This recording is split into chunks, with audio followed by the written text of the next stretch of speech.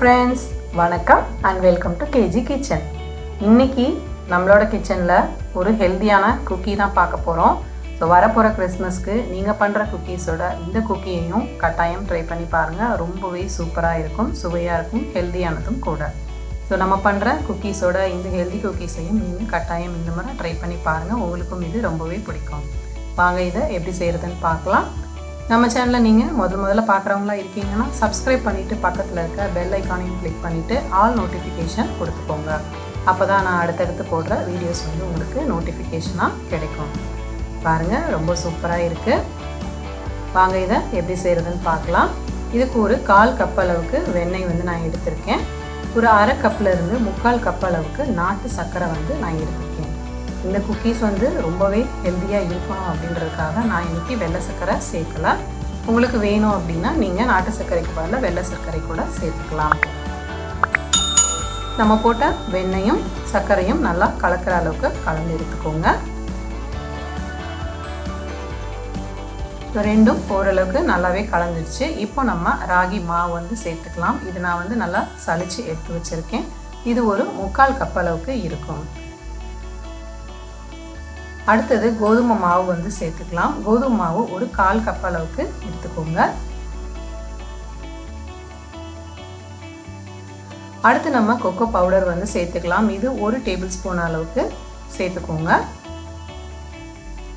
அடுத்ததாக நம்ம baking powder வந்து சேர்த்துக்கலாம். இது ஒரு 1 டீஸ்பூன் அளவுக்கு போதும்.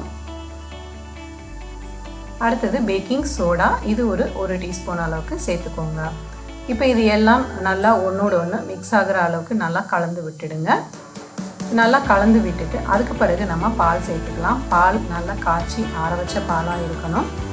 சூடான பாலோ இல்லை மிதமான சூடான உள்ள பாலோ நீங்கள் சேர்க்கக்கூடாது. பால் வந்து ஒரு 4லேருந்து 5 டேபிள் ஸ்பூன் அளவுக்கு தேவைப்படும். உங்களுக்கு எந்த அளவுக்கு தேவைப்படுதுன்னு பார்த்துக்கோங்க. நீங்கள் யூஸ் பண்ணுற மாவை பொறுத்து கொஞ்சம் வேறுபடும்.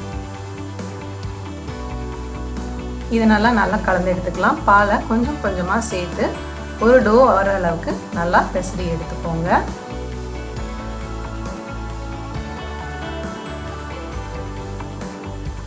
எனக்கு ஒரு 4 டேபிள் ஸ்பூன் அளவுக்கு பால் வந்து இதுக்கு சரியாக இருந்தது.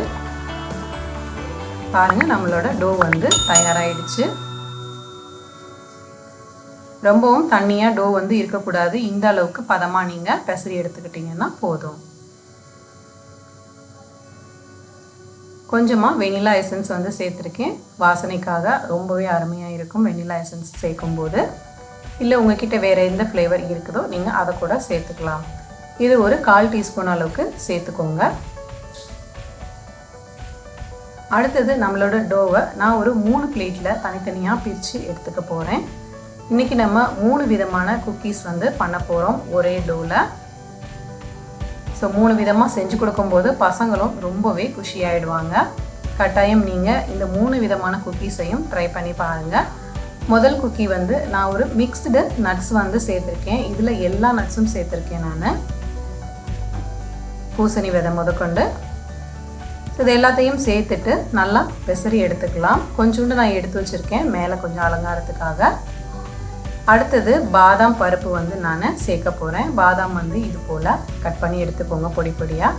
அதையும் நம்ம சேர்த்துட்டு இதோட நல்லா கலந்து எடுத்துக்கலாம். அப்புறம் இன்னொரு குக்கி வந்து நார்மலான சாக்லேட் குக்கியாக நான் எடுத்து வச்சுருக்கேன். இப்போது அழகாக ஒரு குட்டி பால் வந்து ரெடி பண்ணிக்கோங்க. குக்கி ஷேப்புக்கு இதை இந்த மாதிரி அழுத்தம் கொடுத்து எடுத்துக்கோங்க. இந்த அளவுக்கு நீங்கள் அழுத்தம் கொடுத்தீங்கன்னா போதுமானதாக இருக்கும். அடுத்தது நம்ம கொஞ்சம் நட்ஸ் எடுத்து வச்சுருந்தோம் இல்லையா, மிக்ஸ்டு நட்ஸு, அதை கொஞ்சம் அலங்காரத்துக்காக வச்சுருக்கேன். இது நம்ம வெயிட் பண்ணி எடுக்கும்போது ரொம்பவே சூப்பராக இருக்கும் கடிச்சு சாப்பிடும்போது. நம்மளோட முதல் குக்கி தயாராகிடுச்சு. இது போல் எல்லா குக்கீஸையும் நம்ம தயார் பண்ணிடலாம். பாருங்கள், பாதாமுக்கு நான் பாதாம் வந்து அலங்காரத்துக்காக வச்சுருக்கேன். அப்புறம் நம்மளோட நார்மல் குக்கீஸ் இதை வந்து பேக் பண்ணிடலாம். நம்ம இப்போது ஒரு 5 நிமிஷம் ப்ரீஹீட் பண்ணிவிட்டு அதுக்கு பிறகு நீங்கள் பேக் பண்ணிக்கோங்க. என்கிட்ட குக்கி கட்டர் இருந்தது, அதனால் நான் ரேபிட் சைஸும் ஒரு எக் சைஸும் நான் கட் பண்ணி எடுத்திருக்கேன். உங்ககிட்ட வேறு எதுவும் குக்கி ஷேப் கட்டர் இருக்குது அப்படின்னா அதை யூஸ் பண்ணி நீங்கள் கட் பண்ணி எடுத்துக்கலாம். இது ஒரு 15லேருந்து 20 நிமிஷத்துக்குள்ளே தயாராகிடும். நீங்கள் யூஸ் பண்ணுற பிளேட்டு பாத்திரம் பொறுத்து டைம் வந்து கொஞ்சம் வேரி ஆகும். நம்மளோட குக்கீஸ் எல்லாம் தயாராகிடுச்சு. இப்போ நம்ம எல்லாத்தையும் வெளியில் எடுத்துடலாம். பாருங்கள், ரொம்பவே சூப்பராக நம்மளோட குக்கீஸ் வந்து ரெடி ஆயிடுச்சு. நீங்கள் எடுக்கும்போது கொஞ்சம் சாஃப்டாக இருக்கிற மாதிரி தான் இருக்கும், ஆனால் இந்த டைம் போதுமானதாக இருக்கும். நம்மளோட ரொம்பவே சூப்பரான ராபிட் குக்கி தயாராகிடுச்சு. பாருங்கள், பார்க்குறதுக்கு எவ்வளோ சூப்பராக இருக்குன்னு. நான் ஒரு நட்ஸ் வந்து அதோட கண்ணுக்காக வச்சுருக்கேன். பார்க்க ரொம்ப அழகாக இருக்குது இல்லை? அடுத்தது நம்மளோட எக்கு. நம்ம நார்மலாக சாப்பிட்ற குக்கீஸை விட இது கொஞ்சம் டிஃப்ரெண்ட் டேஸ்ட்டில் இருக்கும். ஏன்னா நம்ம எந்த விதமான வெள்ளை சர்க்கரையோ இல்லை மைதாவோ எதுவுமே நம்ம சேர்க்கலை. ரொம்பவே ஹெல்த்தியாக பண்ணியிருக்கோம். இந்த மாதிரி ஹெல்த்தியாக செஞ்சு கொடுக்கும்போது நமக்கும் ரொம்பவே சந்தோஷமாக இருக்கும். கட்டாயம் நீங்கள் ட்ரை பண்ணி பாருங்கள். இந்த வீடியோ உங்களுக்கு பிடிச்சிருந்ததுன்னா லைக் பண்ணுங்கள், உங்களோட ஃப்ரெண்ட்ஸுக்கு ரிலேட்டிவ்ஸ்க்கு ஷேர் பண்ணுங்கள். இந்த வீடியோ உங்களுக்கு பிடிச்சிருந்ததுன்னா கேஜி கிச்சனுக்கு சப்ஸ்கிரைப் பண்ணுங்கள். தேங்க்யூ.